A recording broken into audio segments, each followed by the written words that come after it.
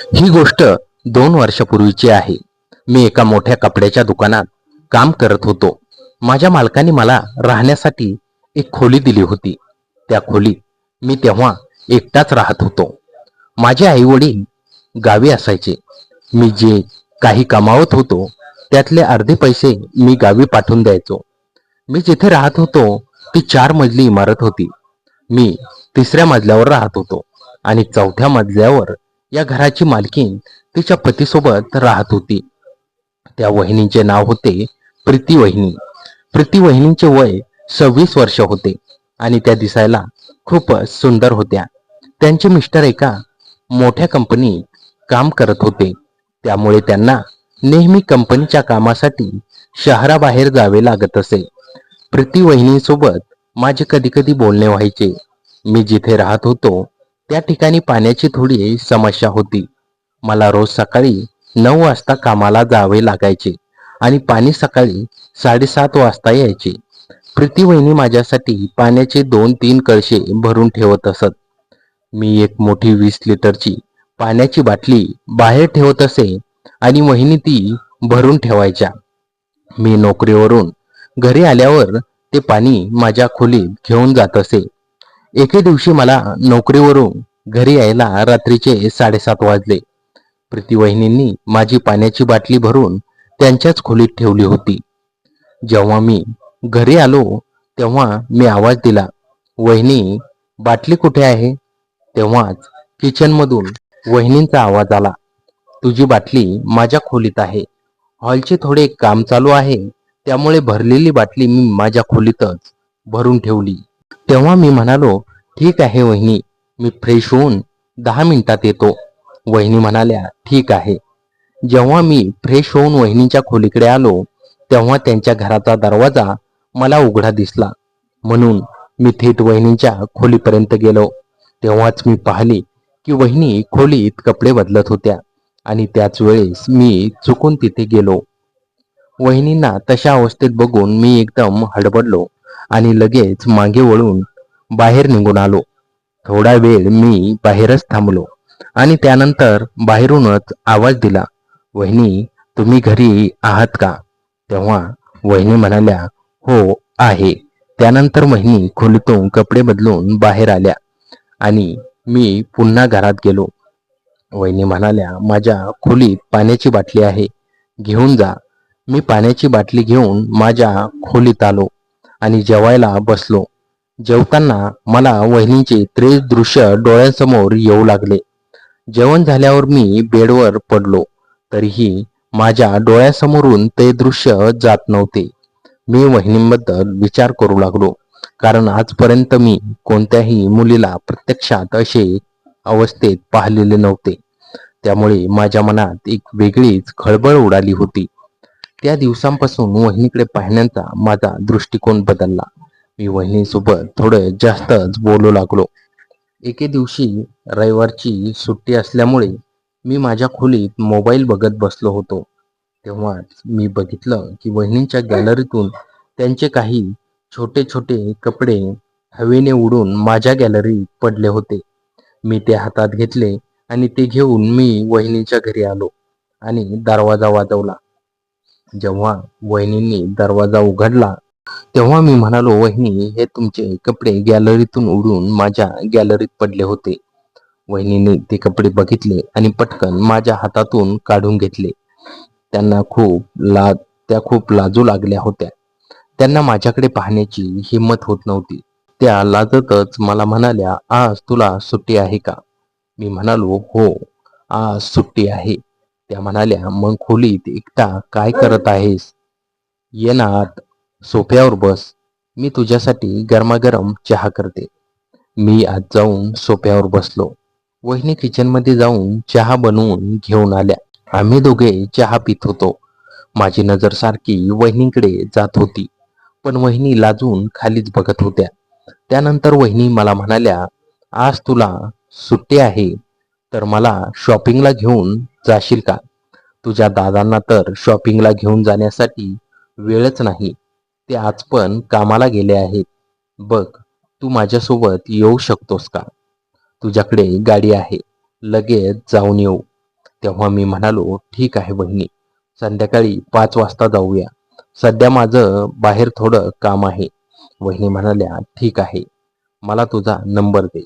आम्ही दोघांनी एकमेकांना नंबर दिले आणि मी माझ्या कामासाठी बाहेर निघून गेलो. काम आटपून येता येता मला 4 वाजले. मी गेटजवळ उभा राहून वहिनींना कॉल केला. वहिनी, मी खाली आहे. वहिनी म्हणाल्या, 10 मिनिटे थांब, मी लगेच तयार होऊन येते.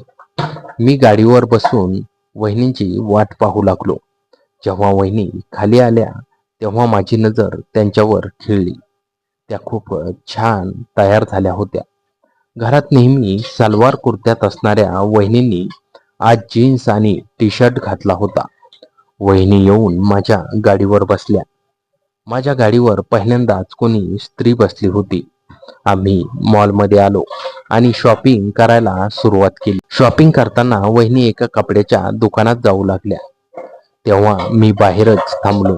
वहिनी मला म्हणाल्या, अरे बाहेर का थांबला आहेस, माझ्यासोबत ये ना. मी म्हणालो, नाही वहिनी, मी बाहेरच ठीक आहे. त्यावर त्या म्हणाल्या, अरे चल ना, तुला पण या गोष्टीची सवय करून घ्यावी लागेल. जेव्हा तुझी गर्लफ्रेंड होईल तेव्हा तिच्यासाठी कपडे खरेदी करायला तुला सोपे जाईल. मी म्हणालो, वहिनी, सध्या तर माझी कोणी गर्लफ्रेंड नाही. तरीही वहिनींनी माझा हात पकडून मला दुकानात नेले. वहिनी एक एक कपडे मला दाखवून निवड करू लागल्या आणि मी त्यांच्यावर कोणता रंग छान दिसतो हे सांगू लागलो. शॉपिंग झाल्यावर आम्ही दोघे एका हॉटेलमध्ये नाश्ता करण्यासाठी आलो. तिथे बसल्यावर वहिनी मला म्हणाल्या, काय रे राहुल, तू माझ्याशी खोटं बोलतोयस का? तू एवढा हँडसम आहेस आणि तुझी कोणी गर्लफ्रेंड नाही, असं कसं होऊ शकतं? मी म्हणालो, वहिनी, मी खरंच खोटं बोलत नाही. 2 वर्षापूर्वी माझी गर्लफ्रेंड होती, पण तिला श्रीमंत मुलगा पाहिजे होता. मी तिच्या गरजा पूर्ण करू शकत नव्हतो. तिला एक श्रीमंत मुलगा भेटला आणि ती मला सोडून गेली. तेव्हापासून माझा मुलीवरचा विश्वासच उडाला. हे ऐकून वहिनींना माझ्यावर विश्वास बसला. त्या म्हणाल्या, अरे असं होतच राहतं, पण सगळ्याच मुली एकसारख्या नसतात. आम्ही घरी आलो तोपर्यंत संध्याकाळचे 9 वाजले होते. वहिनी म्हणाल्या, खूप रात्र झाली आहे, रात्री जेवणासाठी तू इथेच ये. 10:30 वाजता ये, तोपर्यंत मी जेवण बनवून ठेवते. मी माझ्या खोलीत गेलो, फ्रेश झालो आणि मोबाईल बघत बसलो. 10:15 वाजता माझ्या फोनवर वहिनींच्या मिस्टरांचा फोन आला. ते म्हणाले, राहुल, तुझ्या वहिनींचा फोन बंद लागतोय, तू जरा खाली जाऊन तिला फोन देतोस का? महत्वाचं बोलायचं आहे. मी पळतच खाली गेलो आणि वहिनींकडे फोन दिला. दादा फोनवर म्हणाले, मी 4 दिवसांसाठी कंपनीच्या कामासाठी दिल्लीला जात आहे, आज घरी येणार नाही. दादांना नेहमीच कामासाठी बाहेर जावे लागायचे, त्यामुळे वहिनींना याची सवय झाली होती. बोलणे झाल्यावर वहिनींनी फोन माझ्याकडे दिला. मी जाऊ लागलो तेव्हा त्या म्हणाल्या, इथेच थांब ना, खोलीवर जाऊन एकटा काय करणार, इथेच बसून गप्पा मारू. मी माझी खोली लॉक करून आणि थोडा परफ्यूम मारून खाली आलो. आम्ही दोघे जेवायला बसलो. जेवताना गप्पा मारता मारता मी विचारले, वहिनी, तुमच्या लग्नाला किती वर्ष झाली? त्या म्हणाल्या, 8 वर्ष झाली. जेव्हा मी बाळाबद्दल विचारले तेव्हा वहिनी एकदम शांत झाल्या आणि म्हणाल्या, मला याबद्दल काही बोलायचं नाही, तू दुसरं काहीतरी बोल. पण मी जास्त विचारल्यावर त्या रडू लागल्या आणि म्हणाल्या, बाळ होण्यासाठी त्यांनी मला वेळ तरी द्यायला पाहिजे ना. लग्न झाल्यावर पहिली 6 वर्ष त्यांनी मला गावीच ठेवलं आणि आता 2 वर्ष झाली इथे आणलं, पण ते नेहमी कामात व्यस्त असतात. जेव्हा घरी येतात तेव्हा जेवण झोपून जातात. मग तूच सांग कसं होणार बाळ? मी त्यांना सहानुभूती दिली. आमचे जेवण नुकतेच झाले होते. मी वहिनींच्या हातात पाण्याचा ग्लास दिला, पण तो हातातून घसरला आणि त्यांच्या अंगावर पाणी सांडले. वहिनी कपडे बदलण्यासाठी खोलीत गेल्या. थोड्या वेळाने त्या जाळीदार टी शर्ट आणि नाईट पॅन्ट घालून बाहेर आल्या. त्या खूप सुंदर दिसत होत्या. त्या माझ्याकडे बघून म्हणाल्या, असं का पाहत आहेस? माझ्या तोंडून सहज निघाले, वहिनी, तुम्ही या ड्रेसमध्ये खूप सुंदर दिसत आहात. जर तुम्ही पहिल्यांदा भेटला असता तर मी तुम्हाला माझी गर्लफ्रेंडच बनवली असते. हे ऐकून वहिनी थोड्या रागावल्या आणि म्हणाल्या, हे जरा जास्तच झालं नाही का? मी घाबरलो आणि त्यांची माफी मागून निघू लागलो. पण त्यांनी माझा हात पकडला आणि म्हणाल्या, आता कुठे जातोस? तुझ्यासाठी ज्यूस बनवला आहे, तो पी. आम्ही दोघे सोफ्यावर बसून ज्यूस पिऊ लागलो. टीव्हीवर एक इंग्रजी चित्रपट सुरू होता, ज्यातील काही दृश्य पाहून मला लाज वाटू लागली. वहिनी माझ्याकडे टक लावून बघत म्हणाल्या, एवढं का लाजत आहेस? कधी कोणाला किस नाही केलं का? मी म्हणालो त्या रात्री मी नाही म्हणालो. त्या रात्री आमच्यातील संवाद अधिक गडद होत गेला. घरात कोणीच नव्हते आणि भावनांचा वेग अनावर झाला होता. वहिनीने मला तिथे थांबायला सांगितले. आम्ही दोघे एकमेकांच्या अगदी जवळ आलो. त्या रात्रीच्या शांततेत आमची जवळीक वाढली आणि आम्ही एकमेकांच्या भावनांमध्ये पूर्णपणे वाहून गेलो. पतीच्या अनुपस्थितीमुळे प्रीती वहिनीच्या आयुष्यात आलेले रिकामेपण आणि राहुलच्या मनातील त्यांच्याबद्दलची ओढ यामुळे त्या रात्री त्यांच्यातील जवळीक खूप वाढली होती. तो केवळ एक क्षण नव्हता, तर दोन एकाकी मनांचा झालेला तो एक भावनिक आणि उत्कट मिलाप होता. त्या पहिल्या रात्रीनंतर त्यांच्या नात्याला एक वेगळाच रंग चढला होता. राहुलच्या मनात प्रीती वहिनींबद्दलचा आदर तर होताच, पण आता त्या आदरासोबत एक अथांग आणि रोमांटिक प्रेमही निर्माण झालं होतं. पुढचे काही दिवस राहुलसाठी एखाद्या स्वप्नासारखे होते. प्रीती वहिनींचे मिस्टर कामाच्या निमित्ताने आणखीन काही दिवस शहराबाहेरच राहणार होते. त्यामुळे या संपूर्ण इमारतीत तो चौथा मजला जणू राहुल आणि प्रीती वहिनींचे एक खाजगी जग बनला होता. राहुल रोज संध्याकाळी दुकानातून लवकर यायचा. पूर्वी तो खोलीवर जाऊन फ्रेश व्हायचा, पण आता त्याची पावलं चौथ्या मजल्याकडे वळायची. एकदा अशीच पावसाची रिमझिम सुरू होती. संध्याकाळचे 7 वाजले होते. राहुल नेहमीप्रमाणे वर आला तेव्हा घराचा दरवाजा अर्धवट उघडा होता. आतमध्ये हलका सुवासिक धूप जळत होता आणि मंद संगीताचा आवाज येत होता. राहुलने आत पाऊल टाकले तर प्रीती वहिनी स्वयंपाकघरात काहीतरी बनवत होत्या. त्यांनी निळ्या रंगाची एक सुंदर साडी नेसली होती, ज्यात त्या कमालीच्या सुंदर दिसत होत्या. राहुल हळूच त्यांच्या मागे जाऊन उभा राहिला. प्रीती वहिनींना त्यांची चाहूल लागताच त्यांनी मागे वळून पाहिले आणि त्यांच्या ओठावर एक गड हसू उमटलं. आलात साहेब, आज जरा लवकरच वेळ मिळाला वाटतं, त्यांनी लटक्या रागानं विचारलं. राहुलने काही न बोलता थेट त्यांच्याजवळ जाऊन पावलं टाकली. त्यांच्या या हिमतीने प्रीती वहिनीचे हृदय वेगाने धडधडू लागले. राहुलने हळूच आपला हात त्यांच्या कमरेवर ठेवला. सावलीच्या मऊ स्पर्शातून प्रीती वहिनींच्या शरीराची उष्णता राहुलला जाणवू लागली. वहिनीने लाजून आपले डोळे मिटून घेतले आणि आपले दोन्ही हात राहुलच्या छातीवर ठेवले. वहिनी, आज तुम्ही खूपच वेगळ्या आणि सुंदर दिसत आहात, राहुल त्यांच्या कानात हळूच फुसफुसला. त्याच्या श्वासाची उष्णता प्रीती वहिनींच्या मानेवर पडताच त्यांच्या अंगावर शहारा आला. त्यांनी राहुलला हलकेच मागे ढकलण्याचा प्रयत्न केला, पण त्या प्रयत्नात ताकद नव्हती, तर एक ओढ होती. राहुल, कोणीतरी येईल, दार उघडं आहे, त्या थरथरत्या आवाजात म्हणाल्या. राहुलने मागं वळून एका हाताने दाराची कडी लावली आणि पुन्हा त्यांच्या जवळ आला. त्यांनी वहिनींना दोन्ही हातात कवेत घेतलं. प्रीती वहिनींनी आपले डोके राहुलच्या छातीवर टेकवले. बाहेर पावसाचा आवाज आणि आत या दोन प्रेमात पडलेल्या जीवांच्या हृदयाची धडधड, संपूर्ण वातावरण रोमांटिक झालं होतं. राहुलने हळूच प्रीती वहिनींची हनुवटी वर केली. त्यांचे ते काजळ घातलेले डोळे, गुलाबी ओठ आणि गालावर पडणारी खळी पाहून राहुल स्वतःवरचा ताबा गमावून बसला. त्याने आपले ओठ हळूच त्यांच्या ओठावर टेकवले. हे चुंबन खूप शांत पण तितकेच तीव्र होतं. प्रीती वहिनींनी त्याला तितक्याच उत्कटतेने प्रतिसाद दिला. त्यांच्या हाताची बोटं राहुलच्या केसामध्ये फिरू लागली.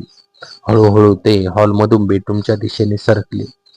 बेडरूममध्ये खिडकीतून येणारा हलका प्रकाश आणि पावसाचा गारवा होता.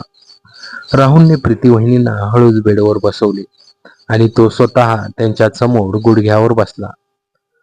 त्याने वहिनीच्या पायातील पंजन आपल्या हातात घेतलं आणि हलकस तिथे ओठ टेकवले. प्रीती वहिनीच्या तोंडून एक सुस्कारा बाहेर पडला. त्या रात्री त्यांना वेळेचे भान गमावले होते. प्रीती वहिनीने इतक्या वर्षात पहिल्यांदाच कोणीतरी आपले मानून एवढं प्रेम केलं होतं. त्यामुळे त्यांच्या डोळ्यात आनंद अश्रू होते. असेच काही दिवस अतिशय सुखात आणि प्रेमात गेले. दोघे एकत्र जेवायचे, रात्री उशिरापर्यंत गप्पा मारायचे आणि एकमेकांच्या कुशीत झोपायचे. राहुलला आता प्रीती वहिनींशिवाय आपले आयुष्य अपूर्ण वाटू लागले होते. पण सुख नेहमी कायम राहत नाही. वास्तवाचे चटके कधी ना कधी बसतातच. एका रविवारी दुपारी दोघे बेडरूम मध्ये एकत्र बसून भविष्यातील काही गोष्टींवर बोलत होते. राहुल प्रीती वहिनींच्या कुशीत आपले डोके ठेवून झोपला होता आणि वहिनी त्यांच्या केसातून हात फिरवत होत्या. प्रीती, मला नेहमी असं वाटतं की आपण हे असं आयुष्यभर एकत्र राहावं. मला तुझी खूप सवय झाली आहे. राहुल मनातील भावना बोलून दाखवल्या. हे ऐकून प्रीती वहिनींचा हात अचानक थांबला. त्यांच्या चेहऱ्यावरचे हसू गायब झाले. त्यांनी राहुलला उठवले आणि त्याचे दोन्ही हात आपल्या हातात घेतले. त्यांच्या डोळ्यात एक गंभीर भाव होता. राहुल, जे काही आपल्यात आहे ते खूप सुंदर आहे. माझ्या आयुष्यातील हे सर्वात आनंदाचे दिवस आहेत. पण आपण वास्तवाकडे दुर्लक्ष करू शकत नाही. माझे लग्न झाले आहे आणि समाज मला एकाची पत्नी म्हणून ओळखतो. तुझे आयुष्य अजून सुरू व्हायचे आहे. तुझे आई वडील गावी तुझ्या लग्नाची वाट पाहत असतील. आपली ही वाट तात्पुरती आहे. राहुल, या वाटेवर कोणतेही अधिकृत नाव नाही आणि भविष्यही नाही. प्रीती वहिनी खूप शांतपणे पण जड अंतकरणाने म्हणाल्या. राहुलला त्यांचे बोलणे पटत होते, पण त्यांचे मन हे स्वीकारायला तयार नव्हते. पण प्रीती, तुझ्या नवऱ्याला तुझी काळजी नाही, तो तुला वेळच देत नाही, मग तू अशा नात्यात कशी आनंदी राहू शकतेस? राहुलनं विचारलं. तो मला वेळ देत नाही हे खरं आहे राहुल, पण त्यांनी मला कधी मारहाण केली नाही किंवा माझा छळ केला नाही. ते त्यांच्या कर्तृत्वात कमी पडत नाहीत. फक्त कामाच्या व्यापामुळे ते दूर गेले आहेत. कदाचित भविष्यात सर्व काही ठीक होईल, पण तुझ्यासाठी आणि माझ्यासाठी हेच योग्य आहे की आपण या सुंदर आठवणी मनात जपून ठेवाव्या आणि जेव्हा वेळ येईल तेव्हा सन्मानाने एकमेकांपासून दूर व्हावे. प्रीती वहिनींनी राहुलला समजावले. त्यांच्या या बोलण्याने राहुलला जाणीव झाली की मोह आणि प्रेम यात फरक असतो. प्रीती वहिनींबद्दलचे त्यांचे प्रेम खरे होते, पण म्हणूनच त्याने त्याच्या निर्णयाचा आदर करायचं ठरवलं. त्या दिवसापासून त्यांच्यातील शारीरिक जवळीक जरा थोडी कमी झाली, तरी मनातील ओढ आणि एकमेकांबद्दलचा आदर आणखीन वाढला होता. त्यांनी ठरवले की जोपर्यंत एकत्र आहोत तोपर्यंत प्रत्येक क्षण आनंदाने जगायचा. त्यानंतर काही दिवसांनी जेव्हा राहुलला गावावरून वडिलांच्या आजारपणाचा फोन आला, तेव्हा तो जड अंतकरणाने गावी गेला. गावी गेल्यावर त्याने प्रीती वहिनींच्या त्या शब्दांचा विचारही केला आणि आपल्या कुटुंबाच्या सुखासाठी आई वडिलांनी पसंत केलेल्या मुलीशी लग्न करून एक संस्कारी आणि सुखी संसार सुरू केला. पण त्यांच्या मनाच्या एका कोपऱ्यात प्रीती वहिनींनी दिलेले सगळे ते निखळ प्रेम आणि सुंदर आठवणी नेहमीच सुरक्षित राहिल्या. गावी गेल्यानंतर राहुलचा विवाह झाला आणि त्याने आपल्या संसाराची घडी नीट बसवली.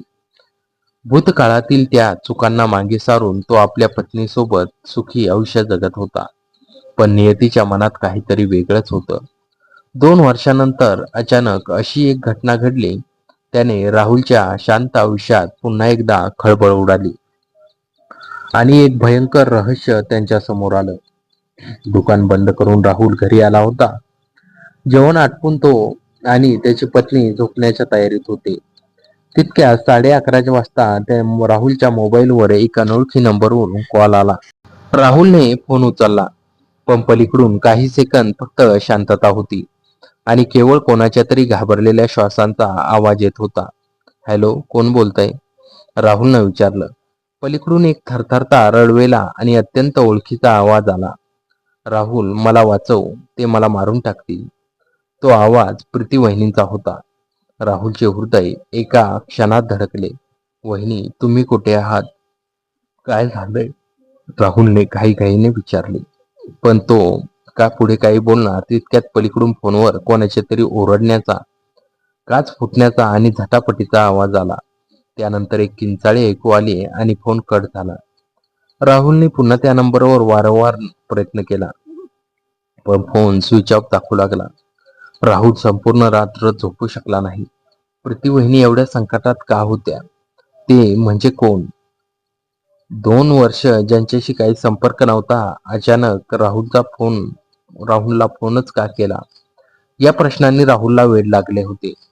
शेवटी दुसऱ्या दिवशी सकाळी त्याने काहीतरी काम असल्याचे निमित्त सांगून शहरात जाण्याचा निर्णय घेतला. 2 वर्षानंतर राहुल पुन्हा त्या शहरात आणि त्या 4 मजली इमारतीसमोर उभा होता. पण तिथले वातावरण पूर्णपणे बदलले होते. इमारतीबाहेर एक अजब शांतता होती. राहुल धडधडत्या छातीने पायऱ्या चढून 4थ्या मजल्यावर पोहोचला. प्रीतीवहिनींच्या घराचा दरवाजा बंद होता. पण आश्चर्याची गोष्ट म्हणजे दरवाजावर बाहेरून कुलूप नव्हते, तर तो फक्त लोटलेला होता. राहुलने हळूच दरवाजा ढकलला. आत पाऊल टाकताच त्याच्या अंगावर काटा आला. संपूर्ण घरात सामान अस्ताव्यस्त पडले होते. हॉलमध्ये काचेचे टेबल फुटलेले होते. तसेच जसा आवाज रात्री फोनवर आला होता, घरात कोणीच नव्हतं. राहुल धावतच बेडरूमच्या दिशेने गेला. तिथे बेडवर प्रीतीवहिनींचा मोबाईल पडलेला होता, ज्याची स्क्रीन फुटली होती. राहुलने तो फोन उचलला. सुदैवाने मोबाईल चालू होता. त्याने कॉल लॉग तपासला तर रात्री शेवटचा कॉल त्याच्याच नंबरचा होता. पण त्याआधी वहिनीने एक अननोन नंबरवर अनेकदा कॉल केले होते आणि काही मेसेज पाठवले होते. राहुलने ते मेसेज उघडले आणि वाचताच त्याच्या पाय जमिनीला खिळले. त्या मेसेजमध्ये लिहिले होते, मला माहिती आहे तुम्ही काय करताय. दादांना कंपनीच्या कामासाठी बाहेर जावं लागतं. तुम्ही त्यांना गायब केलंय. मी पोलिसांकडे जात आहे. ते मेसेज वाचून राहुलच्या डोक्यात प्रकाश पडला. प्रीती वहिनींचे मिस्टर ज्या कंपनीत काम करायचे, ती कंपनी प्रत्यक्षात राहुलच्या जुन्या मालकाची होती, ज्याने राहुलला तिथे खोली दिली होती. राहुलने कसलाही विचार न करता थेट मालकाचे ऑफिस गाठायचे ठरवले. तो मालकाच्या ऑफिसमध्ये पोहोचला. 2 वर्षानंतर राहुलला अचानक समोर बघून मालकाचा चेहऱ्याचा रंगच उडाला. पण त्याने स्वतःला सावरले. अरे राहुल, कसा आहेस? अचानक इथे कसं काय? मालकाने वरकरणी हसत विचारलं. राहुलने कोणतीही प्रस्तावना न करता थेट विचारलं, मालक, प्रीतीवहिनी कुठे आहेत आणि त्यांच्या मिस्टरांचं काय झालं? हा प्रश्न ऐकताच मालकाचे डोळे क्रूर झाले. त्याने कॅबिनचे दार आतून बंद केले आणि सोफ्यावर मागे टेकून बसला. तू गावी गेला होतास राहुल, तिथे सुखात राहायचं ना, इथे कशाला नाक खुपसतोय? मालक थंड आवाजात म्हणाला. तुम्ही काय केलंय त्यांच्यासोबत? राहुल ओरडला. मालक हसला आणि म्हणाला, त्या प्रीतीचा नवरा? त्याला वाटायचं की तो माझ्या कंपनीत खूप प्रामाणिक काम करतोय, पण माझ्या बेकायदेशीर धंद्याची फाईल त्याच्या हातात लागली. मी त्याला कायमचा शांत केला आणि प्रीतीला सांगितलं की तो दिल्लीला गेलाय. 2 वर्ष ती मूर्ख बाई माझ्यावर विश्वास ठेवून राहिली, पण काल रात्री तिला माझ्या कपाटात तिच्या नवऱ्याची अंगठी आणि घड्याळ सापडलं. तिने पोलिसांत जाण्याची धमकी दिली. म्हणून मग मला तिलाही मालक थांबला. कुठे आहे ती? राहुलचा राग अनावर झाला होता. ती याच इमारतीच्या तळघरात बेसमेंट बांधून ठेवली होती. आज रात्री तिला कायमचं संपवून मी शहराबाहेर जाणार आहे आणि आता तूही हे सगळं ऐकतोयस तर तुलाही जिवंत सोडणार नाही, असे म्हणत मालकाने ड्रॉवरमधून बंदूक काढली. मालक राहुलवर गोळी झाडणार तितक्यात राहुलने समोर पडलेली जड खुर्ची मालकाच्या अंगावर फेकली. बंदूक मालकाच्या हातातून सुटली, दूर पडली. राहुलने मालकाला तिथंच बदडून काढलं आणि कॅबिनमध्ये पडून थेट इमारतीच्या तळघराच्या दिशेने धाव घेतली. तळघरात अंधार होता आणि तिथे जुन्या कपड्यांचे मोठे बॉक्स ठेवलेले होते. राहुलने शोधायला सुरुवात केली. वहिनी, प्रीती वहिनी. अचानक एका कोपऱ्यात तोंड दाबल्यासारखा आवाज आला. राहुलने तिथे जाऊन पाहिलं तर प्रीती वहिनींना खुर्चीला बांधून ठेवलं होतं आणि त्यांच्या तोंडावर पट्टी होती. त्यांचे डोळे रडून लाल झाले होते. राहुलने धावत जाऊन त्यांच्या तोंडाची पट्टी काढली आणि दोऱ्या सोडल्या. राहुल, तू कसा आलास इथे? तो मालक खूप धोकादायक आहेस, पळ इथून. प्रीती वहिनी घाबरून म्हणाल्या, मी तुम्हाला इथे सोडायला आलो नाहीये. वहिनी चला लवकर. राहुल त्यांचा हात धरून बाहेर पडणार तितक्यात समोर मालक आपल्या 2 गुंडासह उभा होता. त्यांच्या हातात लाठ्या आणि बंदूक होती. म्हटलं होतं ना राहुल, शहाणपणा करू नको. आता तुम्ही दोघंही इथून जिवंत जाणार नाही. मालक क्रूरपणे हसला. गुंड राहुलच्या दिशेने वाढू लागले. राहुलने प्रीती वहिनींना आपल्या मागे केले. परिस्थिती अत्यंत गंभीर होती. मृत्यू समोर दिसत होता. तितक्यात समोर इमारतीत पोलिसांच्या सायरनचा प्रचंड आवाज घुमला. मालक आणि त्यांचे गुंड दचकले. पुढच्या क्षणी पोलीस फोर्सने तळघरात प्रवेश केला आणि मालकाला व त्याच्या गुंडांना बंदुकीच्या टोकावर घेरले. मालकाला अटक करण्यात आली. राहुल आणि प्रीती वहिनींनी सुटकेचा श्वास घेतला. पण पोलिसांना तिथे कोणी बोलावले होते. तेव्हाच एक पोलीस इन्स्पेक्टर राहुलच्या जवळ आले आणि म्हणाले, राहुल, काल रात्री जेव्हा प्रीती वहिनींनी तुझ्या नंबरवर फोन केला तेव्हा तुझा फोन चालू होता आणि तू जे काय बोलत होता ते तुझ्या बायकोनं ऐकलं. तू सकाळी घाईघाईने शहरात निघाल्यावर तिने तुझ्या फोनमधील तो अनोळखी नंबर तपासला आणि पोलिसांत तक्रार केली. आम्ही तो नंबर ट्रॅक करून इथे पोहोचलो. राहुल थक्क झाला. ज्या पत्नीला त्याने सुखात ठेवण्याचा वचन दिला होता तिनेच आज त्याचा आणि प्रीतीचा वहिनींचा जीव वाचवला होता. काही तासानंतर पोलीस स्टेशनवरील कागदपत्रे पूर्ण झाल्यावर राहुल आणि प्रीती वहिनी बाहेर आले. प्रीती वहिनींच्या डोळ्यातून अश्रू वाहत होते, पण आज त्यांच्या मनात एक शांतता होती. त्यांच्या पतीला न्याय मिळाला होता. त्यांनी राहुलकडे पाहिलं आणि म्हणाल्या, राहुल, 2 वर्षापूर्वी मी तुला जे म्हटलं होतं ते खरं ठरलं. तुझं भविष्य खूप सुंदर आहे. तुझ्या बायकोने आज जे केलं ते दाखवून देतं की ती तुझ्यावर किती प्रेम करते. आता मागे बघू नकोस. तुझ्या घरात तुझी लक्ष्मी वाट पाहत आहे. राहुलने होकारार्थी मान हलवली. त्याने प्रीती वहिनींना सुरक्षित ठिकाणी पोहोचण्याची व्यवस्था केली आणि स्वतः गावी जाणाऱ्या ट्रेनमध्ये बसला. आज त्याच्या मनात कोणताही गुन्हा किंवा भाव नव्हता, तर आपल्या पत्नीबद्दल अथांग आदर आणि प्रेम होतं. या भयानक सस्पेन्सच्या अंतानंतर राहुल आता खऱ्या अर्थाने आपल्या नव्या आयुष्यात सुखी झाला होता. ट्रेन जशी जशी गावाच्या दिशेने धावत होती तसा तसा राहुलच्या मनातील विचारांचा वेगही वाढत होता. खिडकी बाहेरून मागे पडणारी झाडे आणि अंधार जणू त्यांच्या भूतकाळातील त्या सर्व वादळांना मागे सोडत असल्याचा भास करून देत होते. काल रात्रीपर्यंत त्यांच्या आयुष्यात जे काही गूढ आणि भीतीचं वातावरण होतं ते आता पूर्णपणे निवळलं होतं. पण आता त्यांच्या समोर एक मोठं आव्हान होतं. ते म्हणजे त्यांच्या पत्नीचा, जिने तिचा सुजाणता दाखवून केवळ त्याचाच नाही तर प्रीती वहिनींचाही जीव वाचवला होता, तिचा सन्मान करणे. सकाळचे 7 वाजले होते. जेव्हा राहुल गावी आपल्या घराचा दारात पोहोचला तेव्हा नेहमी उत्साहाने स्वागत करणारे त्याचे घर आज त्याला थोडे शांत वाटत होते. त्याने जड अंतकरणाने दरवाजा ठोठावला. काही क्षणात दरवाजा उघडला. समोर त्याची पत्नी उभी होती. तिच्या चेहऱ्यावर थकवा स्पष्ट दिसत होता. डोळे रात्रीच्या जागरणामुळे थोडे लाल झाले होते, पण त्यात एक कमालीचा संयम आणि शांतता होती. राहुलने तिच्याकडे पाहिले. त्याच्या मनात कृतज्ञता, भीती आणि अपराधीपणाची भावने एकाच वेळी दाटून आली होती. तू तू आलीस? सगळं ठीक आहे ना तिथे? तिने अतिशय शांत आवाजात विचारलं. तिच्या आवाजात कोणताही राग किंवा ओरड नव्हती. हो, पोलिसांनी त्या मालकाला अटक केली आहे. प्रीती वहिनी आता सुरक्षित आहे. जर तू वेळेवर पोलिसांना कॉल केला नसतास तर कदाचित मी आज. राहुलचा आवाज रडवेला झाला. त्याला पुढचं काही सुचत नव्हतं. तो तिथेच उंबाठ्यावर बसणार तितक्यात तिने त्याचा हात धरला आणि त्याला घरात नेले. तिने त्याला पाण्याचा ग्लास दिला आणि म्हणाली, आधी फ्रेश व्हा. जे काही बोलायचं आहे ते नंतर बोलू. तिच्या त्या समजूतदारपणामुळे राहुलच्या मनावरचे दडपण आणखीनच वाढलं. दुपारच्या वेळी जेव्हा आई वडील शेतात गेले होते तेव्हा घरात फक्त राहुल आणि त्याची पत्नी दोघच होते. राहुल हॉलमध्ये मान खाली घालून बसला होता. ती स्वयंपाकघरातून बाहेर आली आणि त्याच्या समोर सोफ्यावर बसली. तिने शांतपणे विचारले, राहुल, मला फक्त एकच गोष्ट जाणून घ्यायची आहे. 2 वर्षापूर्वी शहरात नक्की काय घडलं होतं आणि त्या वहिनीसोबत तुझं काय नातं होतं? राहुलने एक दीर्घ श्वास घेतला. त्याला ठाऊक होतं की आता लपवण्यासारखं काहीच उरलेलं नाही. त्याने कोणत्याही गोष्टीचा बहाणा न करता 2 वर्षापूर्वी घडलेली प्रत्येक गोष्ट, छोटी मोठी, त्या कपड्याच्या गॅलरीतून उडून आलेल्या प्रसंगापासून ते रात्रीच्या अनावर झालेल्या भावनांपर्यंत आणि त्यानंतर प्रीती वहिनींनी दिलेला समजूतदारपणाचा सल्ला, सर्व काही जसेचे तसे प्रामाणिकपणे सांगून टाकले. बोलता बोलता राहुलच्या डोळ्यात अश्रू वाहू लागले. तो तिच्यासमोर गुडघ्यावर बसला आणि तिचे हात आपल्या हातात घेऊन म्हणाला, माझ्याकडून चूक झाली. मी लग्नानंतर तुला कधीच फसवलं नाही आणि तुझ्या सुखात कमी पडलो नाही. पण भूतकाळातील त्या एका चुकीचे सावट माझ्या मनावर होते.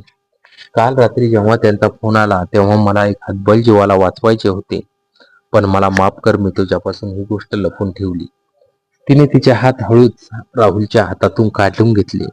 तिने काही वेळ डोळे मिटून घेतले, जणू ती स्वतःला सावरत होती. मग ती म्हणाली, राहुल, जेव्हा काल रात्री मी तुमच्या फोनवर त्या स्त्रीचा रडण्याचा आवाज ऐकला, तुम्ही सकाळी काही न सांगता पळत सुटलात, तेव्हा एक पत्नी म्हणून माझ्या मनात शंकेची पाल चुकचुकली होती.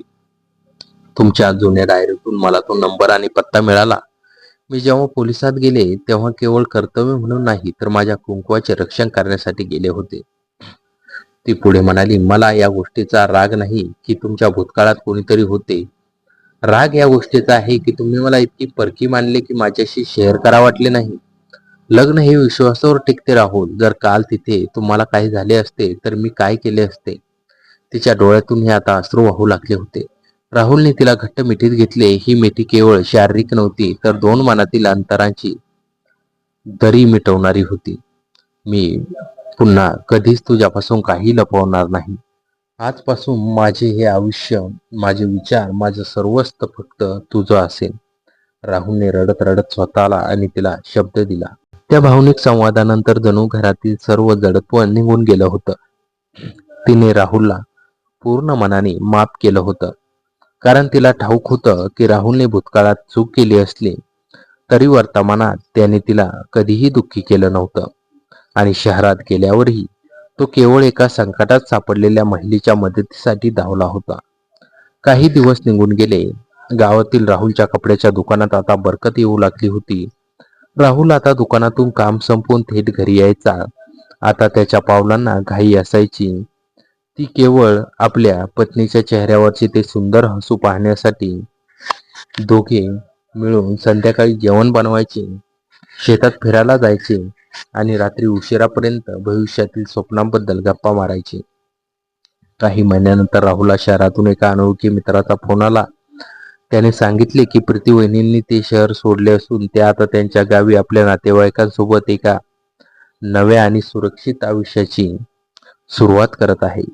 मालकाला न्यायालयाने दीर्घ मुदतीची शिक्षा सुनावली होती. ही बातमी ऐकून राहुलच्या मनाचा शेवटचा कोपराही शांत झाला. त्याने मनोमन देवाकडे प्रार्थना केली की प्रीती वहिनींच्या आयुष्यातही आता सुख आणि स्थैर्य येवो. संध्याकाळची वेळ होती. सूर्य मावळतीला चालला होता आणि आकाशात गुलाबी केशरी रंगाची उधळण झाली होती. राहुल घराच्या अंगणात बसला होता. त्याची पत्नी आतून 2 कप गरमागरम चहा घेऊन आली. तिने एक कप राहुलच्या हातात दिला आणि ती त्याच्या शेजारी येऊन बसली. तिने आपला चहाचा कप बाजूला ठेवला आणि हलकेच आपले डोके राहुलच्या खांद्यावर टेकवले. राहुलने आपला हात तिच्या पाठीवरून फिरवला आणि तिच्या कपाळावर एक दीर्घ चुंबन घेतलं. 2 वर्षापूर्वी सुरू झालेले वादळ, सस्पेन्स, भावनांच्या गुंतागुंतीचा आता खऱ्या अर्थाने अंत झाला होता. राहुलने त्याच्या जुन्या आठवणींना एका बंद कपाटासारखे मनात कायमचे दफन केले होते आणि आता त्यांच्या आयुष्याच्या पानावर फक्त आणि फक्त त्याच्या पत्नीचे नाव सुवर्ण अक्षरांनी कोरले गेले होतं. आपल्या पत्नीला कधीही दुःख न देण्याचा निर्णय आणि तिला जगातील सर्व सुख देण्याचा त्याचा तो निर्णय आता एका अखंड संसाराच्या रूपात बहरत होता. तर मित्रांनो, कथा कशी वाटली कमेंटमध्ये नक्की कळवा आणि चॅनलवर नवीन असाल तर आता सबस्क्राईब करा. धन्यवाद.